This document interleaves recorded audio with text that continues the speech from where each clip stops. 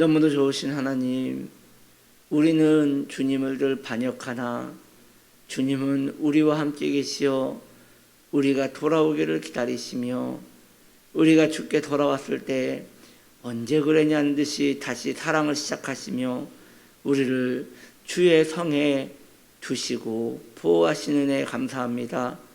하나님, 우리가 주님 안에 있음이 가장 복이며 그것이 우리의 삶의 가장 중요한 부분이오니 이것을 기억하여 주님 안에서 살게 하시옵소서.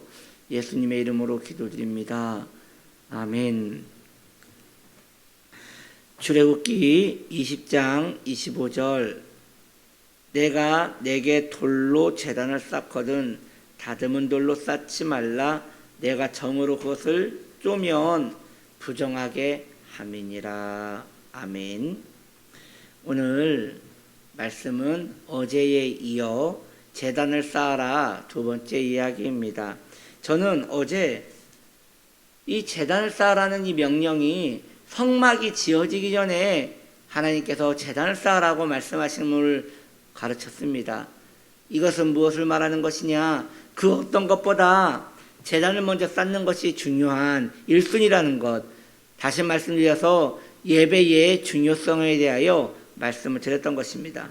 오늘은 이 제단을 돌로 쌓되 그것을 사람의 기교나 사람의 기술이 들어가지 말라고 말하고 있는 것을 이야기하려 합니다. 즉 다듬지 않은 돌로 쌓아서 제단을 만들라고 하고 있습니다. 예배는 하나님과 인간이 만날 수 있는 유일한 장소이며 유일한 방법입니다. 그 예배는 맨돌과 같이 사람의 손이 타면 안 됩니다. 거기에는 사람의 방법이 들어가면 안 되고 사람이 좋아하는 것들이 들어가면 안 됩니다. 예배는 인간적인 방법이 들어가서는 안 됩니다. 오직 예배의 재료는 하나님으로부터 온 것이어야 합니다. 예배의 재료는 오로지 하나님이 기뻐하시는 그 모습 그대로여야 합니다. 바로 사랑하는 성도님들이 기억하셔야 합니다. 오직 예배의 모든 재료는 예수의 피로만 이루어져야 합니다. 예수의 피로만 예배의 재료가 이루어져야 합니다. 사람의 재료, 사람의 방법, 이건 아무것도 예배가 될 수 없는 것입니다. 예수의 피에 대한 감사, 그것이 예배의 재료여야 하는 것입니다. 사랑하는 성도님들이요, 우리 인생에게 구원만큼 중요한 것이 어디 있습니까? 구원만큼 중요한 것이 있다 하면 그것이 곧 우리의 하나님이고 그것이 우리의 구원자가 되는 것입니다. 우리의 예배에 있어서, 우리의 삶에 있어서 구원만큼 중요한 게 없다면 그 구원을 이루게 하시는 가장 정점, 예수의 피가 우리의 인생에 가장 중요한 예배의 재료가 되어야 하는 것은 마땅한 것입니다.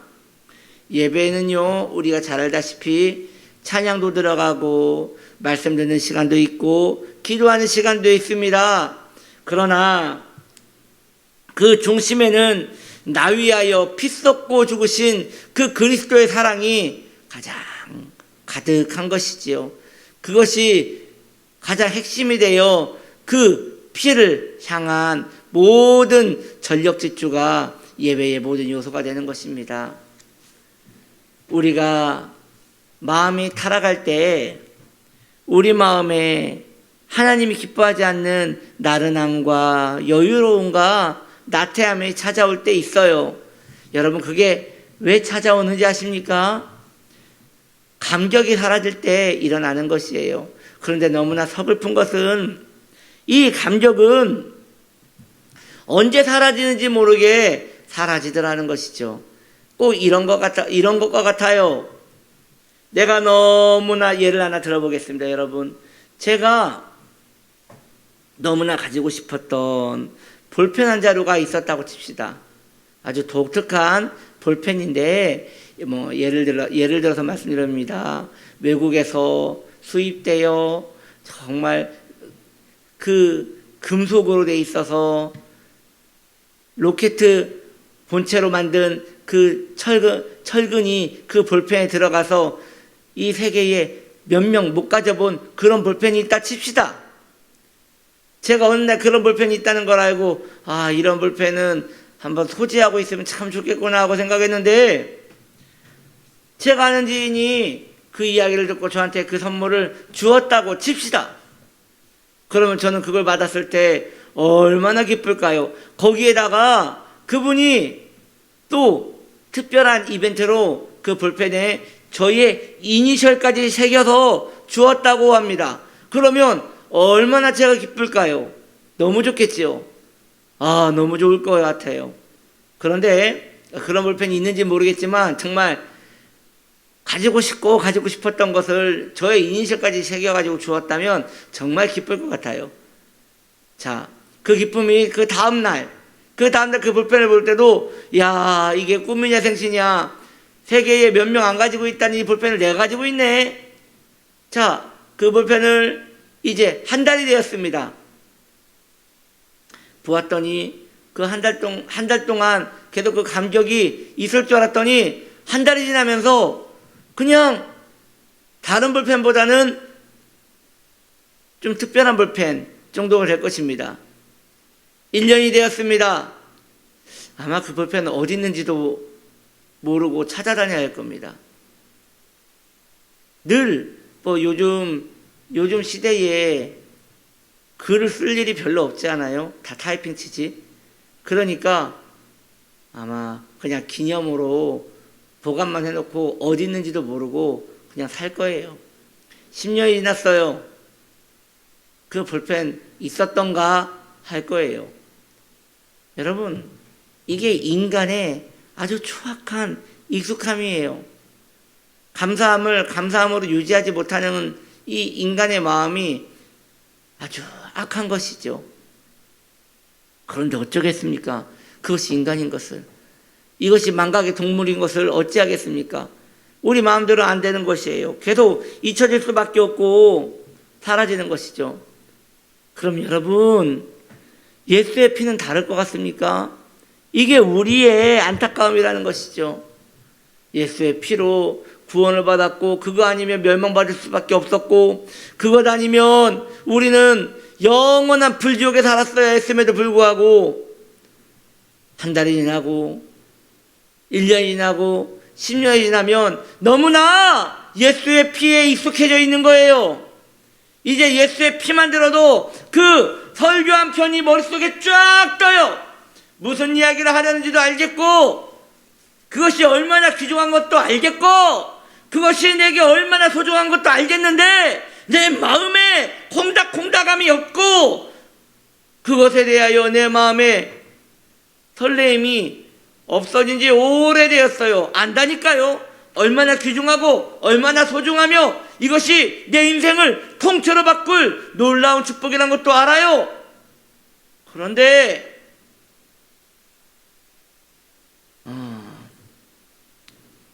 아직 우리는 죽으려면 시간이 있잖아요. 예수의 피는 우리를 천국으로 인도한다고 하는데 아직 천국 안 가봤잖아요. 그리고 지옥이 있다고 하는데 본 적도 없잖아요. 예수의 피가 내 죄를 사했다고 하는데 나는 내 죄도 본 적도 없고 그 예수의 피도 본 적이 없잖아요.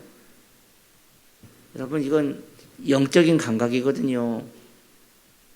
이 영적인 감각들은 내가 느끼지 못하기 때문에 정말 신령한 관계 속에서 주님과 교제하기 전에는 그런 것은 있는지 없는지도 사실 모를 수 있는 것이라는 것이죠. 제가 이렇게 말씀드리는 이유는 그만큼 예수의 피를 움켜쥐고 예배의 감격 속으로 들어가는 것이 얼마나 지루하고 어려우며 깨어 있어야 하며 거기에 공을 들여야 하며 정성을 들여야 하는 것인지를 말씀드리는 것입니다. 여러분, 우리는 어쩌면 일상을 살다가 예수의 피라는 그 구원의 요소를 들을 때에 잠시 흥분했다가 다시 일상으로 돌아가고 있는 것이 아닌지 모르겠습니다. 꼭 이런 것과 같은 것이죠. 일터에서 공장에서 늘 기계 돌아가는 것만 보던 일꾼이, 노동자가 1년에 딱 휴가 3일을 받아가지고 밖에 나가서 제주도에 가서 그 푸른 바다를 보고 산세를 보며 즐거워하는 것이죠. 그리고 3일이 지나면 다시 공장 속에 들어가서 기계를 돌리는 것이죠. 그리고 참 좋았는데, 참 좋았는데 이렇게 살아가는 것이고, 내년 되면 또 가야겠다, 내년 되면 또 가야겠다 하고 가는 것과 같은 것이죠. 여러분, 우리에게 있어서 예수의 피는 다른 것입니까? 우리에게 있어서 예수의 피는 그 공장 노동자와 좀 다른 것입니까? 그래서 우리는 예배에 은혜 받을 때만 잠시 기억했다가 금세 잊혀지고 마는 이 예수의 피를 어찌 늘 예배 시간에 찬양할 수 있겠습니까? 사랑하는 성도님들이요, 할 수만 있거든 24시간 생각해야 하는 것이 예수의 피입니다. 할 수 있거든 정말 숨 쉬는 것 외에는 그 모든 것으로 생각하기를 원해야지 그나마 하루에 한 번이라도 기억할 수 있는 것이 예수의 피인 것입니다. 그래서 그 옛날 교부들은 그 예수의 피를 계속 기억하고 싶어서 그렇게 하였다고 합니다. 숨을 마실 때 나는 예수의 피를 마시고 있고, 숨을 뱉을 때 나는 예수의 피를 내뱉고 있도다 하면서 그렇게 계속 주님의 그 선하신 보혈을 기억하려고 노력을 했다는 것이죠. 그 피로 말미암아 내 죄가 사함 받는구나, 내 피로 말미암아 나는 정결하게 되는구나. 그래서 그 옛날 믿음의 교부들은 매일매일 성찬을 했어요. 왜냐하면 포도주 예수의 피를 기억하려고 포도주를 마셨던 것이죠. 우리는 그래도 순복음 진영에 있어서 한 달에 한 번이라도 성찬을 할 수 있으면 참 감사하게 생각하는데, 문제는 이 한 달에 한 번 성찬을 할 때에 저는 우리 성도님들이 경건한 모습은 보이는데 그것 때문에 감격하는 이는 많이 보지 않았어요. 예전에 신앙생활할 때, 제가 어린 시절 어른들의 신앙생활을 할 때는 그분들은 지금보다 좀 더 순수했던 것 같아요. 왜냐? 자주 있지 않던 성찬이었지만 저는 장로교에서 신앙생활을 했으니까 장로교는 1년에 한 번 있을까 말까 한 것이 성찬이거든요. 그때 성찬할 때마다 그 권사님들의 모습이 떠올라요. 벌벌벌 떨면서 그 성찬을 먹으면서 이렇게 우셨어요. 그 피를 먹을 자격이 없는데 내가 이걸 먹는구나 하면서 벌벌벌 떨면서 우셨던 그 모습들이 떠올라요.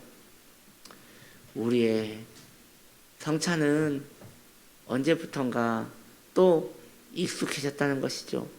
없는 것보다 있는 게 나아서 지금 하는 것이지, 그것이 얼마나 영혼의 변화를 주고 있는지 생각해 볼 때 좀 난처할 때가 있는 것은 사실인 것입니다.